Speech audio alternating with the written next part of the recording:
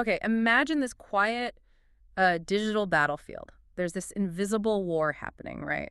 Not with bombs, but with code. And it's speeding up, fast, and right at the center, artificial intelligence.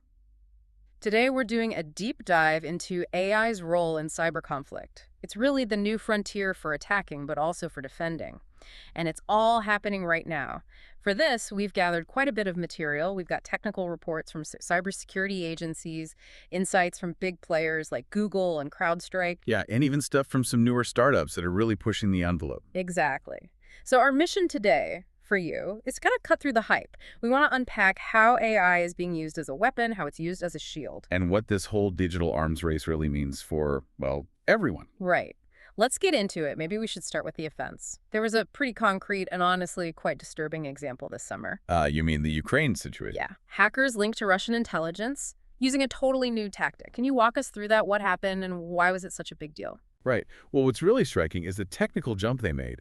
These weren't your standard phishing emails. They actually had an AI program embedded in them. An AI in the email. Yeah. So if someone clicked the attachment, installed the malware, this AI would just start automatically scanning their computer, looking for sensitive files, pulling them out, and then shipping them straight back to Moscow. Wow.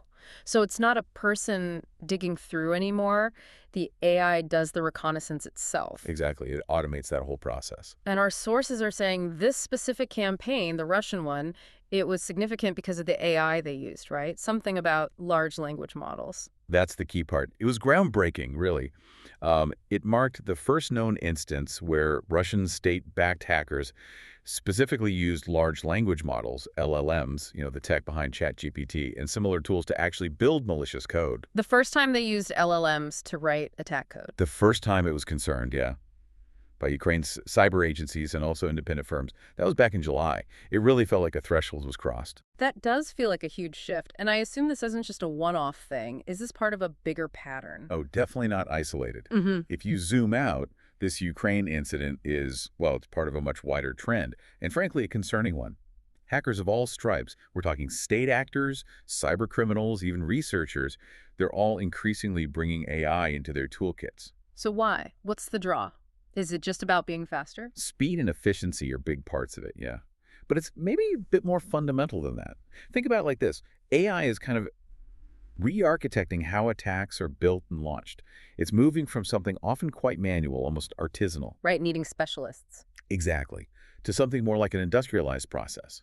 One skilled hacker can suddenly do the work of a whole team. LLMs aren't perfect. They make mistakes, sure.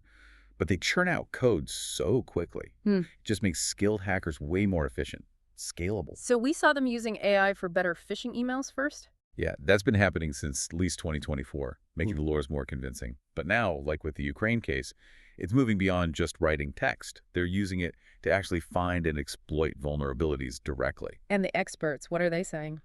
They're saying we're really just at the beginning of AI-driven cyber warfare. That phrase really sticks with you. It does. Sobering is the word. Okay, but it's not all doom and gloom, right? The defenders aren't just standing by. No, absolutely not. Cyber defenders are definitely not sitting idle. They're using AI, too, quite effectively in some cases. Like who are? What are some examples on the defensive side? Well, Google's a great example. Their security team, Heather Adkins, leads it. They've been using their own LLM, Gemini, and they're using it to proactively hunt for vulnerabilities in software that lots of people use. Finding these weaknesses before the bad guys do. Okay, finding them before they get exploited. Has that actually worked? Have they found real bugs? Oh, yeah, quite a few. The sources say since 2024, that project's flagged at least 20 critical bugs. 20? Wow. Yeah, and those then got patched by the software vendors. So that's prevention. Closing the door before anyone can even try the handle. That's a tangible impact. Definitely. Yeah. And you see other companies like CrowdStrike using AI too. They use it to help clients when they do get breached, makes the response faster, more effective. So CrowdStrike uses it for defense. But are they also seeing attackers use AI? Since they're on the front lines. They are. That's the other side of the coin.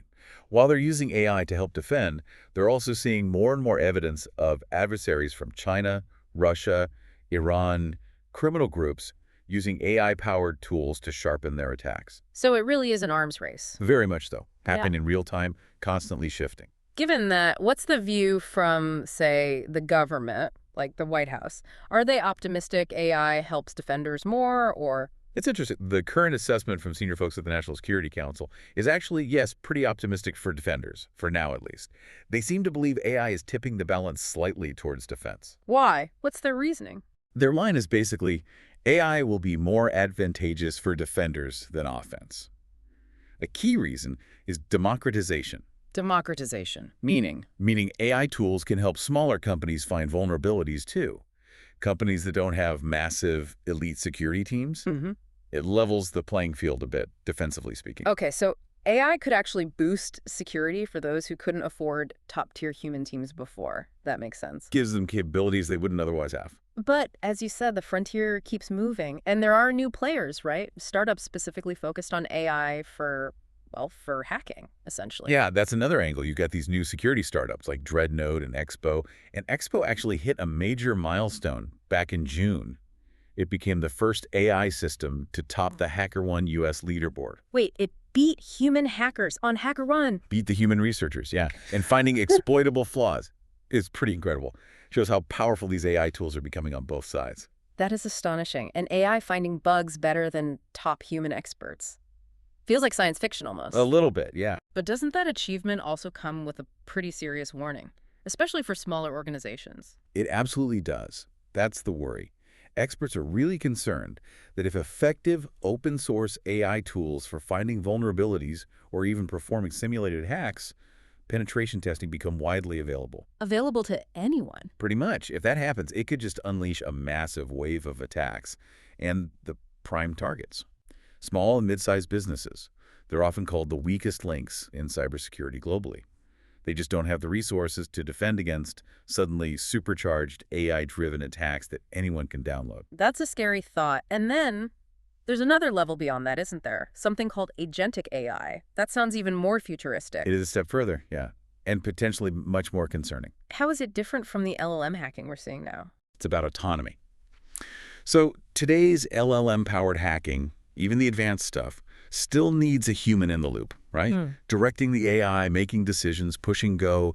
Agentic AI. Well, that refers to systems that could potentially execute complex sequences of tasks without constant human oversight. So the AI could decide to scan for targets, choose one, craft an attack, launch it, maybe even cover its tracks, all on its own. That's the potential, yes. The looming risk, if some call it. These tools, if they become capable enough and lack strong safety controls, could act like a sort of autonomous insider threat, performing malicious tasks for a hacker, but independently, learning, adapting. Wow. CrowdStrike's Adam Myers put it pretty starkly. He cautioned that these kinds of capabilities could be a real turning point. He said something like, the more advanced adversaries are using it to their advantage, we're seeing more of it every single day. So it's not just theoretical. They're already seeing movement in that direction. Currently so. It's evolving fast. Okay, so summing this up, it's this constant race. Attackers versus defenders, both using AI. Right now, maybe the defenders have a slight edge, using AI to find and patch flaws faster than attackers exploit them. That seems to be the consensus for the moment, yeah. Defenders are leveraging AI pretty effectively for vulnerability discovery. But the big question hangs in the air, doesn't it? About the future. It really does. That's what everyone in cybersecurity is watching and, frankly, probably worrying about. Yeah. What happens next? Because as these AI models get more powerful, sure, but also just easier to get hold of, more accessible, that balance could shift dramatically. So the fundamental question is, will AI end up being mainly a tool that strengthens our defenses, a digital guardian? Or will its uncontrolled spread, especially if we get truly autonomous agentic AI, just make cybercrime easier, faster, maybe vastly more destructive than anything we've seen before? It feels like we're balanced on a knife's edge there, and the next few years are critical. Absolutely critical. So what we've really sketched out today is this incredible tension, isn't it? On one hand, these amazing advances in AI helping us defend ourselves. Yeah, really promising stuff on the defensive side. But right alongside it, equally rapid innovation and using AI for offense, it's just this incredibly dynamic, fast-moving landscape. Constantly evolving. Which leads, I think, to a final thought, maybe a question for you, listening right now. Yeah, something to chew on. Given everything we've talked about, the widespread availability of powerful AI, the fact that smaller organizations are the weakest links and are being targeted, Ah. and this looming threat of autonomous AI attacks that could move way faster than humans can react, how does that change our individual responsibility? How do you need to think differently about your own digital safety and maybe your role in the bigger picture? That's a heavy question, but an important one. What's our part in this AI-fueled cyber future? Something to definitely keep thinking about.